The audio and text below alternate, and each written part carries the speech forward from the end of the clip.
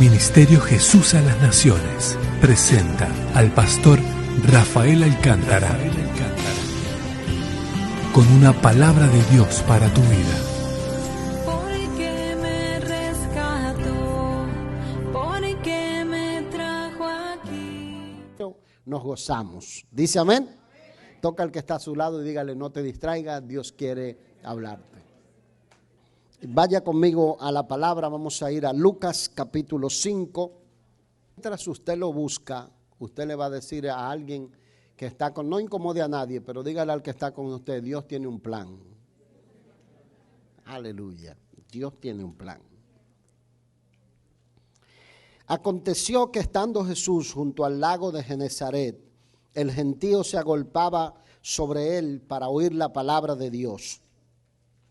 Y vio dos barcas que estaban cerca de la orilla del lago, y los pescadores, habiendo descendido de ellas, lavaban sus redes. Y entrando en una de aquellas barcas, la cual era de Simón, les rogó que la apartase de tierra un poco, y sentándose, enseñaba desde la barca a la multitud. Cuando terminó de hablar, dijo a Simón: boga mar adentro y echad vuestras redes para pescar. Respondiendo Simón le dijo: Maestro, toda la noche hemos estado trabajando y nada hemos pescado, mas en tu palabra echaré la red. Y habiéndolo hecho, encerraron gran cantidad de peces y su red se rompía. Entonces hicieron señas a los compañeros que estaban en la otra barca para que viniesen a ayudarles, y viniesen y llenaron ambas barcas de tal manera que se hundían. Viendo esto, Simón Pedro cayó de rodillas ante Jesús diciendo: apártate de mí, Señor, porque soy hombre pecador. Porque por la pesca que habían hecho, el temor se había apoderado de él y de todos los que estaban con él. Y asimismo de Jacobo y Juan, hijos de Zebedeo, que eran compañeros de Simón. Pero Jesús dijo a Simón: no temas, desde ahora serás pescador de hombres. Y cuando trajeron a tierra las barcas, dejándolo todo, le siguieron. Ahora diga conmigo en coro: Dios tiene un plan. Amén. ¿Cuántos creen que Dios tiene un plan con su vida? ¿Usted cree que Dios tiene un plan con su vida? Mire lo que yo medito mientras leo este pasaje. Es uno de los pasajes favoritos míos en los evangelios, junto con otros episodios que Jesús protagoniza, desatando el poder milagroso que acompañó su ministerio. Cuando el Señor llamó a Pedro, a Andrés, a Juan y a Santiago, nos ilustra el por qué muchas veces Dios permite que nosotros pasemos por circunstancias que a veces son incomprensibles en nuestras vidas. Por qué a veces Dios nos deja ir al límite de muchas cosas. Porque cuando nosotros somos los que tenemos el control de las circunstancias y parece que todas las cosas nos salen bien, tendemos a no reconocer de dónde viene la fuente de la bendición, tendemos a no reconocer quién es el proveedor, tendemos a no reconocer quién es el que trae la salud, quién es el que hace que las cosas nos salgan bien. Y a veces lo atribuimos o a alguna superstición, o atribuimos a algún golpe de suerte, o lo atribuimos a nuestra propia habilidad o nuestra propia sabiduría. Pero cuando llega un punto donde Dios nos hace ver que su plan es perfecto con nosotros y nosotros hemos probado todo lo que hemos tratado de probar y no nos resulta, entonces acudimos a Él y vemos la mano poderosa de Dios obrar y decimos: sin Dios no hubiese salido de esta circunstancia. Siempre pienso, y ha sido algo que desde los años de mi juventud he meditado, yo digo: Señor, que no se me acabe nunca en las ideas, que no se me termine el soñar, que no se me vaya la pasión. Porque cuando a usted se le va la pasión, se le va el deseo de vivir. Usted cree que ya todo terminó. Y la persona que deja de soñar significa que ya dejó de vivir, dejó de planificar. La mañana en la que el Señor se encuentra con Pedro, con Andrés su hermano, con Juan, con Jacobo, Santiago, es el mismo. Esa mañana es una mañana de profunda desilusión para ellos, porque dice que han pasado toda la noche pescando y no han atrapado nada. Es como esa mañana de depresión, de circunstancia en la que uno dice, esto no va para más. ¿Qué será lo que voy a hacer a partir de ahora? Porque el lago de Genesaret era conocido como la fuente de sustento de la familia de esos pescadores. El Señor ya ha tenido un encuentro anterior con estos discípulos, no es la primera vez. No es el momento en el que el Señor a ellos los llama en realidad para que sean sus discípulos, sino es el momento en el que Dios los llama a algo más profundo, a un compromiso mayor. Es como yo diría el segundo encuentro que los discípulos tienen con el Señor. En este segundo encuentro Dios ha hecho que ellos lleguen a un momento en el que esa mañana no están de muy buen humor. Pero nosotros leemos un dato muy interesante. Aquí dice que el gentío se agolpaba para oír la palabra de Dios. Había un anhelo en la gente de oír las enseñanzas de Jesús, de poder recibir la instrucción de los labios del maestro. Y el Señor dice, al ver unas barcas que estaban cerca, dice que se subió a una de ellas, la cual era de Simón Pedro, y de allí enseñó, pidiéndole, como queriendo decir, yo creo que toda la mañana era una mañana ilustrativa, déjame ponerme a bordo. Y yo creo que no es diferente con nosotros cuando nosotros estamos atravesando por circunstancias incomprensibles o que intentamos aquí, haces el préstamo para la carrera y el préstamo no te lo dan, o haces el préstamo para la casa y el préstamo no te sale, o de repente te endeudas con la casa y entonces agarran y te botan del trabajo o te cortan las horas, o de repente todo parece que está marchando bien en la familia y las circunstancias se ponen patas para arriba y tú dices, ¿qué voy a hacer ahora? Ya la sabiduría no me está funcionando, la cosa en las que a veces tenemos la confianza puesta no me están funcionando. El Señor te dice, déjame ponerme a bordo. Dígale al que está a su lado, eso es para ti. Dios dice, déjame ponerme a bordo.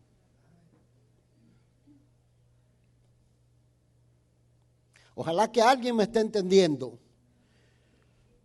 Pero dice que estaban los pescadores en la noche de su mayor fracaso, porque habían estado toda la noche tirando la red y nada habían atrapado. Y ahora viene el maestro y le dice, no lo deja irse a acostar, porque se supone que quieren ir a dormir a la casa.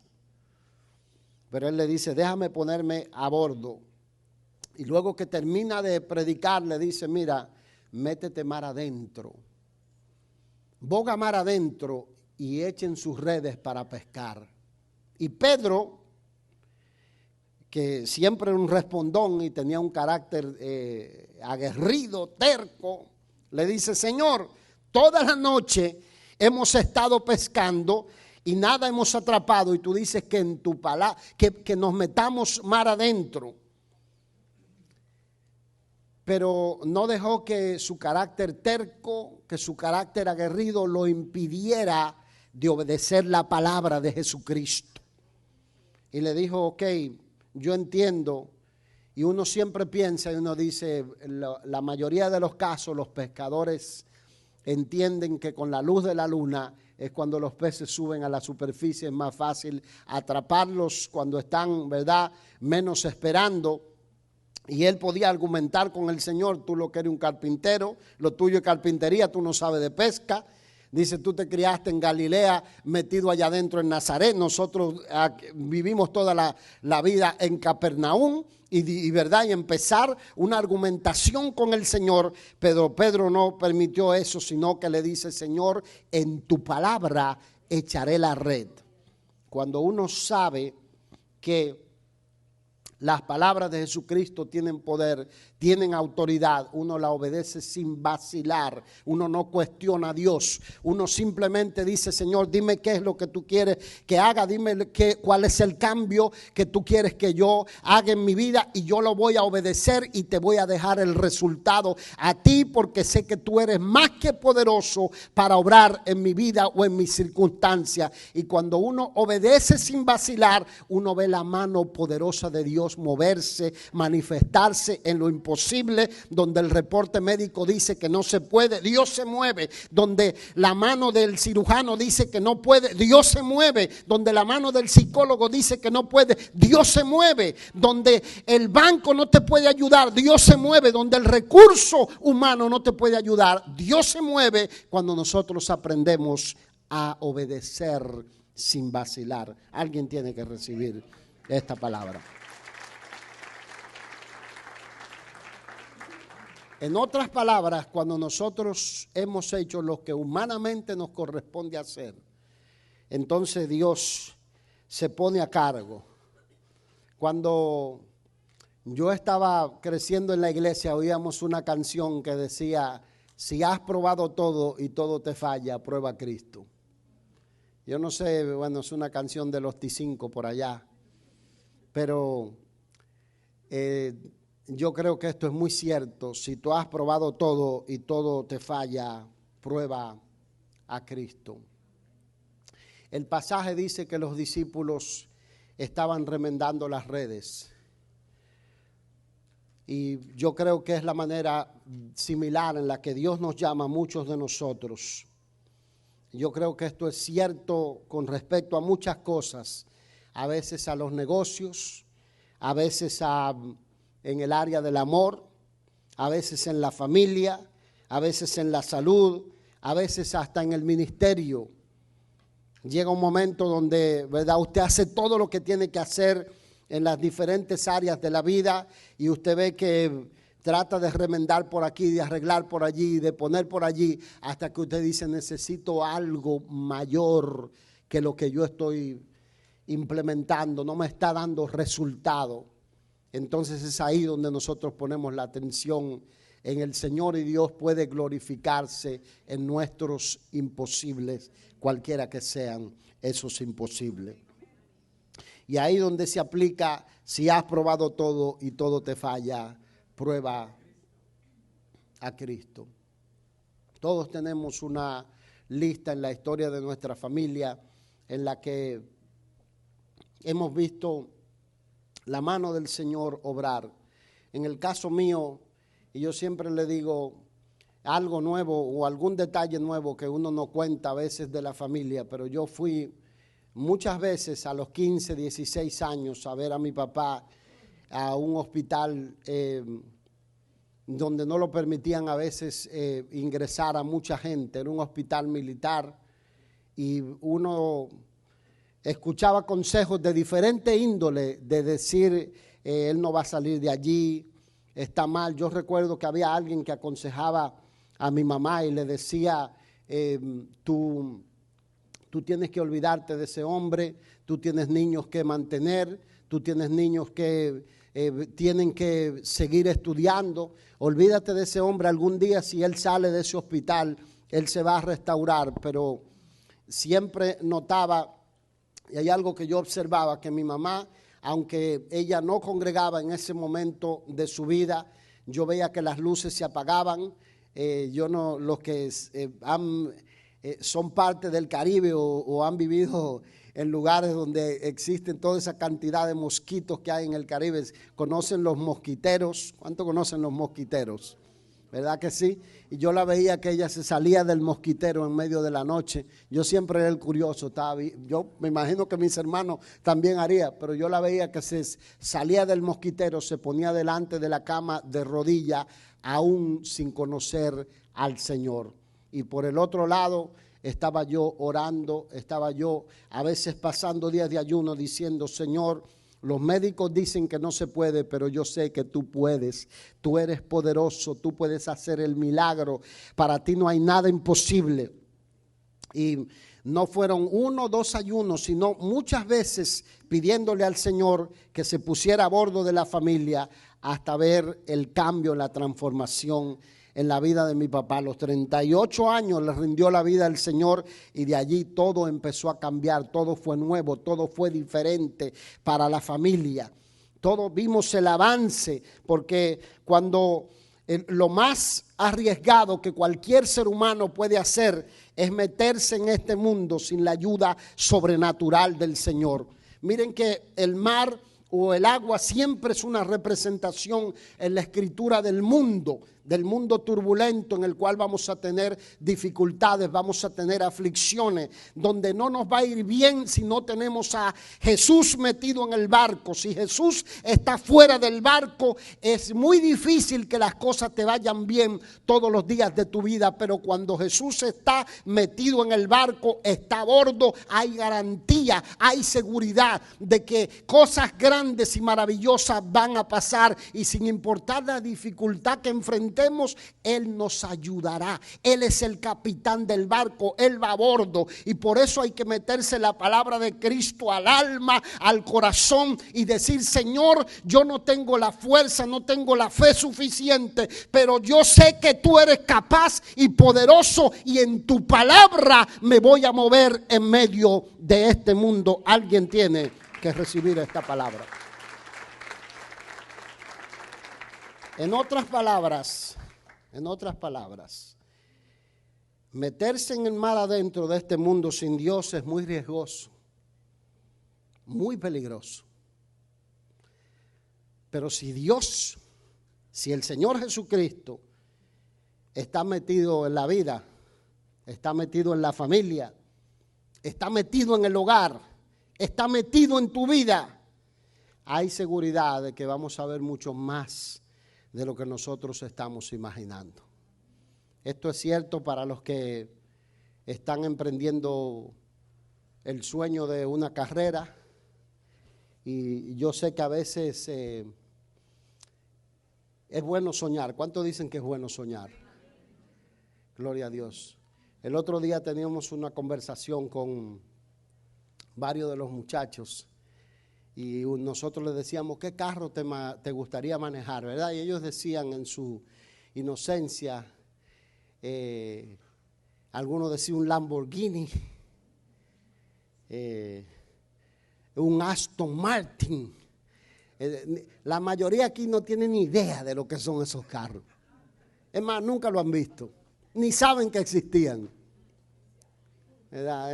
En los tiempos de nosotros, si había burro era suficiente. Que Aston Martin.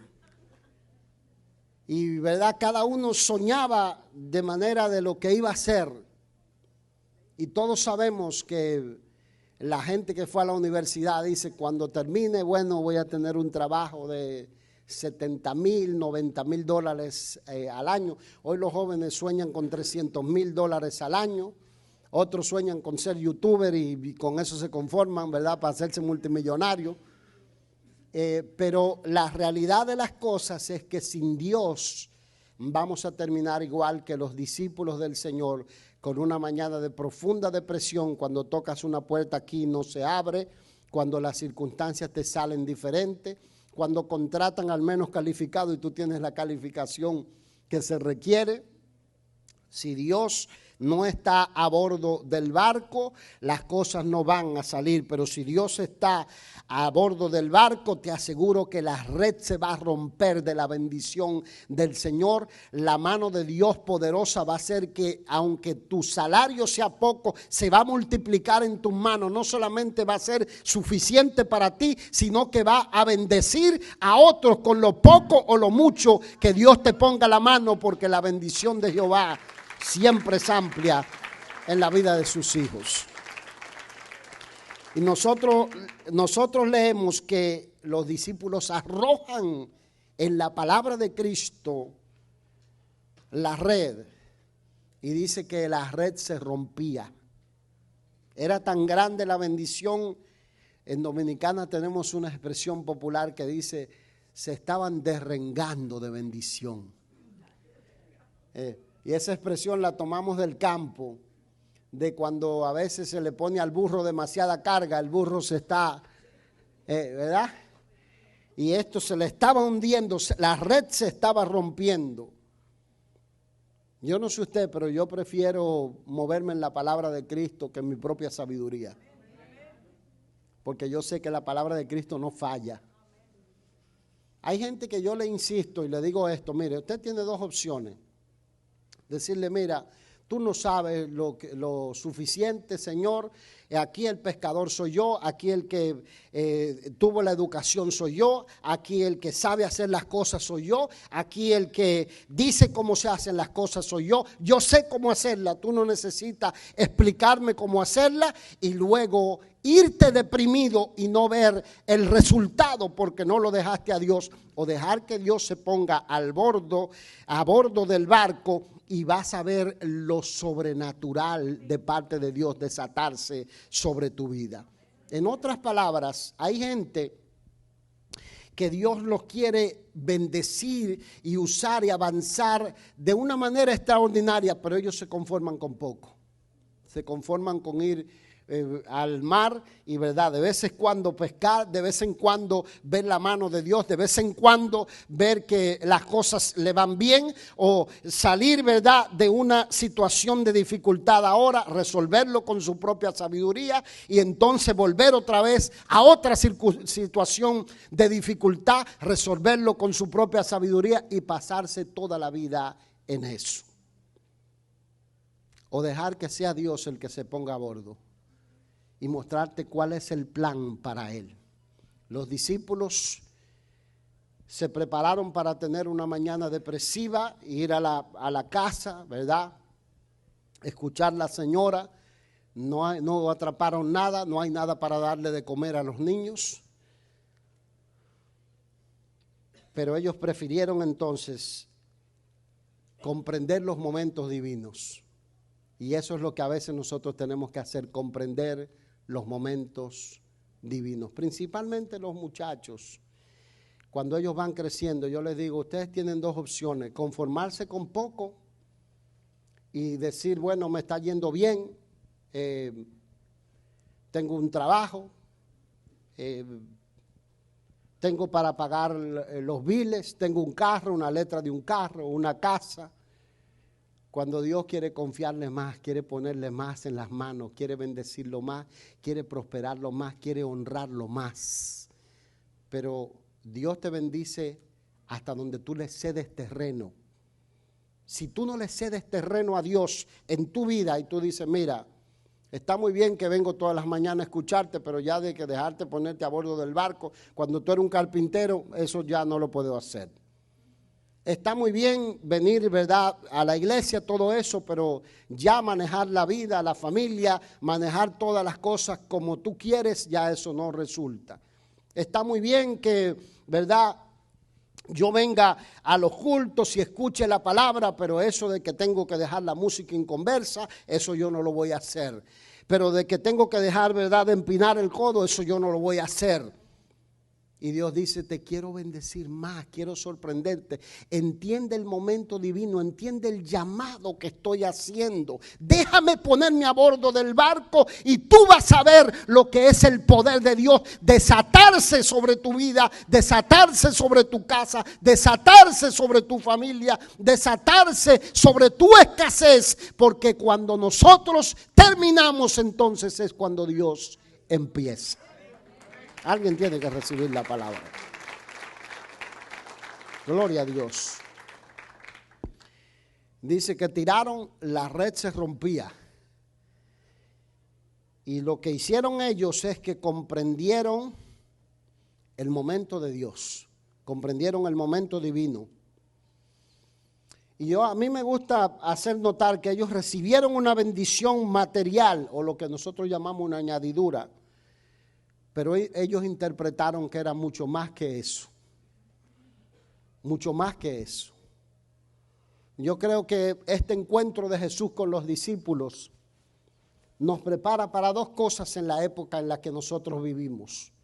Una es la mala interpretación, comprender la mala interpretación de algunos que hacen del evangelio una caricatura, en la que hacen un llamado a la gente y le dicen, te va a ir bien, vas a ser exitoso, vas a ser próspero, Dios te va a honrar, te va a dar una mejor casa, te va a poner millones en las manos. Es más, empieza a jugar la lotería, que eso era del pasado, ahora se puede jugar la lotería, por ahí tú eres el próximo millonario. A algunos le dicen, oiga lo que yo he oído a algunos que le dicen, esos sueños que tú tienes por dentro de ser el próximo millonario, esos sueños no creo que vengan de parte tuya, vienen de parte del Señor. Y algunos empiezan a hacer locura, a invertir dinero aquí, a mandar dinero allí, a meterse en pirámides por aquí. Y el diablo lo que lo está esperando para ponerlos en bancarrota y en fracaso. Eso se llama caricatura del evangelio. Pero por el otro lado, también nos damos cuenta que Dios honra, que Dios prospera, que Dios multiplica, que Dios da con abundancia, que Dios honra a los que le honran. No hay que ir ni a un extremo ni al otro extremo.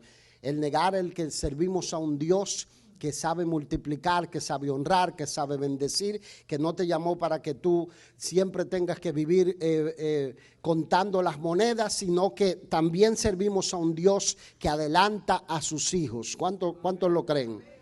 Entonces, hay que entender que no solamente es la añadidura. Aquí hay que interpretar el por qué Dios nos llama a su encuentro. Y yo creo que aquí, en todas las cosas que Dios permite en nuestras vidas, hacernos mejores personas. ¿Dice amén?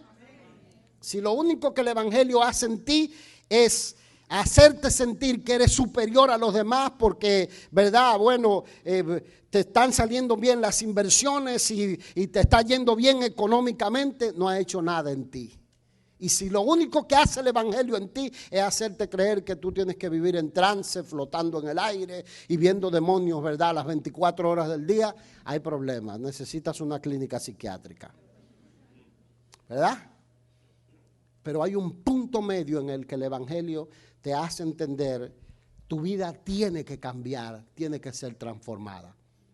Entiéndame que los discípulos a los que el Señor está llamando, a Pedro, a Andrés su hermano, a Juan, a Santiago, Jacobo, estos discípulos no eran las mejores personas como a veces nosotros nos imaginamos.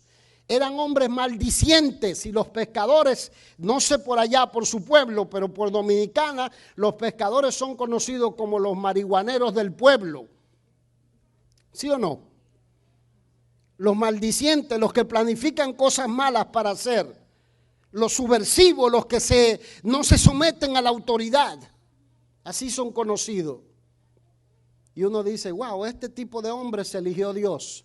Y cuando yo veo que ese tipo de hombres eligió Dios, yo digo, ahora entiendo por qué yo califico.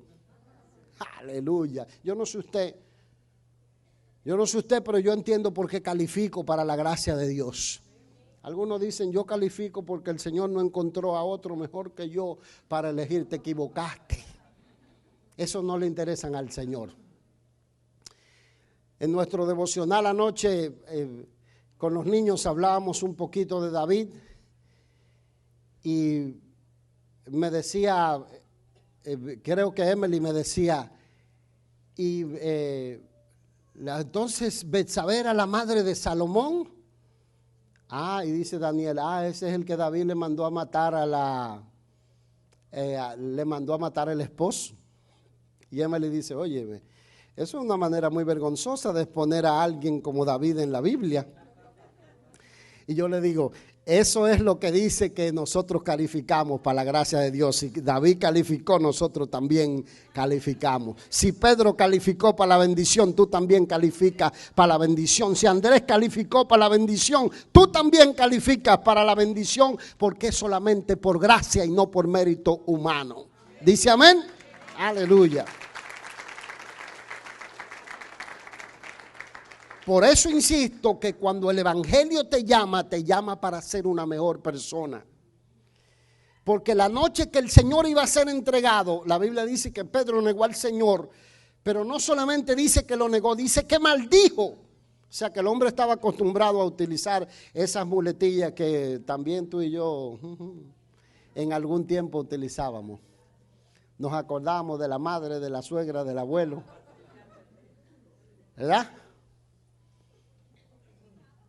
Y Juancito, que es el apóstol del amor en la Biblia, en una ocasión le dijo al Señor, Señor, los samaritanos no te dejaron pasar por la aldea. ¿Qué te parece si nosotros mandamos que descienda fuego del cielo y los consuma? Oye, el apóstol del amor. Entonces yo creo que el evangelio nos llama para hacernos mejores personas, transformarnos. Es un problema muy grave el que tenemos hoy en día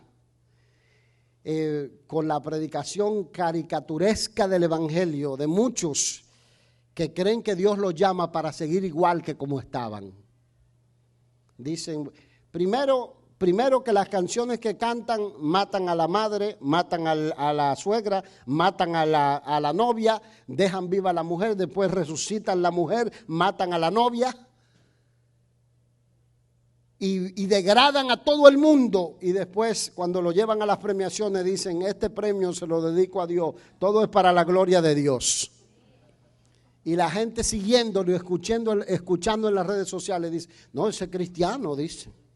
Se menciona a Dios en todas las cosas. Mire, cuando Dios te llama para transformarte. Cambia tu lenguaje, cambia tu manera de pensar, cambia tu manera de hablar, cambia tu manera de vestir, cambia tu manera de mirar a la gente, de comportarte, cambia tu manera de vivir, cambia tu manera de manejar el matrimonio, de la crianza de los hijos, cambia tu manera de manejar los recursos que pone en tus manos, cambia todo, porque el llamado del evangelio es un cambio radical a vivir como Jesús, a caminar como Jesús, a morir a nosotros mismos y dejar que Cristo reine. Alguien tiene que recibir esta palabra. Gloria a Dios. Y dice el pasaje que los discípulos, al ver que la red se rompía, hicieron señas a los compañeros que estaban en la otra barca. Y dice que llenaron ambas barcas de tal manera que las barcas se hundían. Yo no me quiero conformar con 2 pescaditos. Yo quiero que mi barca se hunda de bendición. Gloria, pero hay que hacer cambio. ¿Sí o no? Hay que hacer cambio. Yo preparé 2 mensajes hoy y digo, este no es.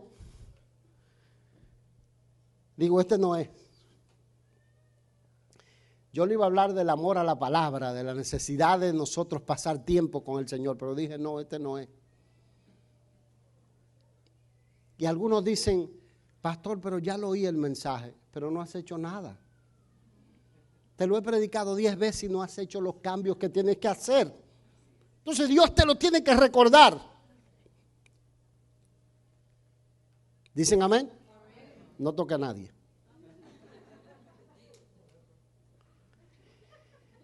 Dice, se hundían las barcas de bendición.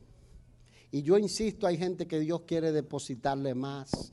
Dios quiere ponerle más en las manos, Dios quiere honrarlo más, Dios quiere adelantarlo más, Dios quiere que sean instrumentos de bendición.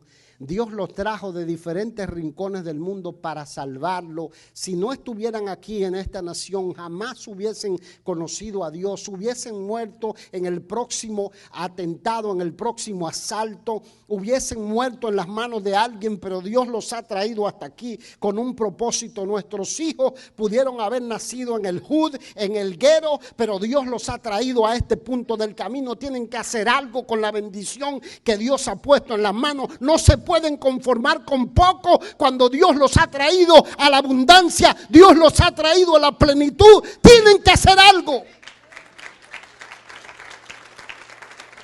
Gloria a Dios. Dios quiere darte más. Dice amén. Pero hay que hacer cambio. Si no se hacen cambios, Dios no te confía más. Dice, las barcas se hundían. Cuando Pedro vio que las barcas se hundían, entonces dice que ya no pudo ayudar más. Ahí lo dice. Dice que no pudo ayudar más, dice que tuvo que caer de rodillas, sintió la indignación de estar en la presencia de Jesús y entendió el momento divino. Señor, todo lo que tú has hecho, yo quiero que usted entienda hasta dónde Dios lo ha traído a este punto del camino. Todo lo que Dios ha hecho. Yo no sé cómo es posible. Hay un cantante, un muchacho que se hizo muy famoso y hoy en día era un cantante cristiano y hoy en día él se está hormonizando para hacerse ver como mujer. Ya tiene inyectado el pelo, todo transformado. Y hicimos una discusión con Analía. Yo le digo, él nunca conoció a Dios. Nunca experimentó la presencia de Dios. No creo, no digo. Ella me dice, sí, él sí experimentó la presencia de Dios. Ella me dice, sí, compuso canciones que eran canciones que quebrantaban el corazón de cualquiera, que parecía que venían del Señor. Pero yo decía, no. Digo, no, es que me es imposible pensar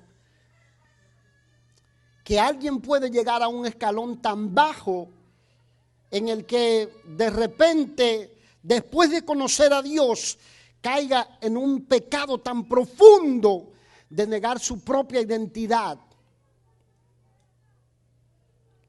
Hasta el punto de ya no querer ser quien tú eres. Y yo digo, wow, ¿será posible hacer esto? Pero después me pongo a pensar y digo, no, es que la Biblia dice que los que conocen a Dios y fueron libres y se vuelven como el perro vuelve al vómito y como la puerca lavada a revolcarse en el cieno, dice que entran 7 espíritus peores y vuelven el postrer estado de esa persona peor que el primero. Entonces yo digo, wow, ¿será posible? ¿Puede uno llegar a ese punto del camino? Yo digo, a mí se me hace imposible pensar de alguna manera vivir sin Dios. Yo no me hago la idea de la vida sin Dios. No lo puedo entender. No puedo comprender que alguien pueda vivir sin Dios. Que alguien pueda caminar por la vida sin Dios, cuando para mí es imposible vivir sin Dios. Pero parece que sí. ¿Y qué es lo que hace cuando uno entra en el encuentro con Cristo? Uno ve su propia condición y uno dice, wow, hasta ahora estuve viviendo de esta manera. Estuve viviendo sin tener a Dios en mi alma. ¿Cómo podía caminar por la vida de esta manera?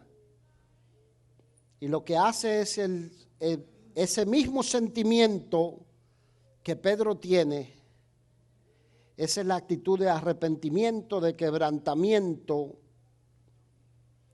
que te catapulta a cosas mayores que Dios tiene en tu vida. Hasta uno no sentir ese sentido de quebrantamiento en la vida de uno, no ve la mano de Dios catapultarte y decirte, tengo más para ti. Más que lo que están viendo tus ojos limitados. Más que lo que está viendo tu escasez. Alguien tiene que recibir esta palabra. Tengo más para ti, déjame que yo entre y revolucione tu vida, tengo más para ti.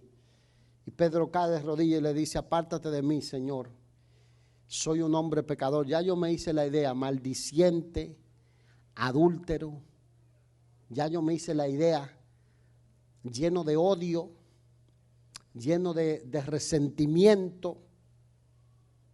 Me hice toda la idea, le voló porque luego salió el antiguo Pedro volando orejas, diciendo maldiciones. Pero el encuentro con Cristo hace que Jesús le diga, no temas, desde ahora serás pescador de hombres. No temas. El temor a uno no llegar a un punto donde pueda agradar a Dios, a veces te detiene de experimentar más la presencia del Señor, de profundizar más, de decir, ¿y si me comprometo más y no lo puedo lograr? ¿Y si me comprometo más y no puedo ser el siervo o la sierva del Señor que Dios quiere?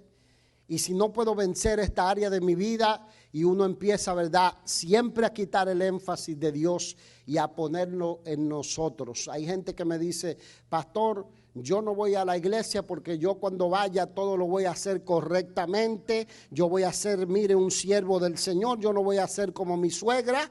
Yo voy a ser un creyente modelo. Y yo le digo, si tú puedes lograr eso, me dices cómo se logra, porque yo no sé cómo se logra sin Dios. Si tú lo puedes lograr sin Dios, tú no le necesitas a Dios en tu vida. Por eso Jesús le dice, Pedro, no eres tú, soy yo el que voy a obrar. Soy yo el que te voy a capacitar. Soy yo el que voy a operar lo imposible. Soy yo el que voy a obrar el cambio en tu vida. Soy yo con mi poder el que voy a hacer de este Pedro maldiciente, de este Pedro gruñón, de este Pedro terco, un hombre poderoso en las manos de Dios. No temas, desde ahora tú serás un instrumento para mi gloria. Alguien tiene que recibir esta palabra en esta tarde. Gloria a Dios. En otras palabras, si nosotros queremos que Dios confíe más de sus cosas, tenemos nosotros que rendirnos y decirle, a partir de ahora ya no vivo yo, sino que vive Cristo en mí. Y lo que ahora vivo, lo vivo en la fe del Hijo de Dios, el cual murió y se entregó por mí. Porque no eres tú ni yo, es Dios el que va a hacer todas las cosas. ¿Reciben la palabra?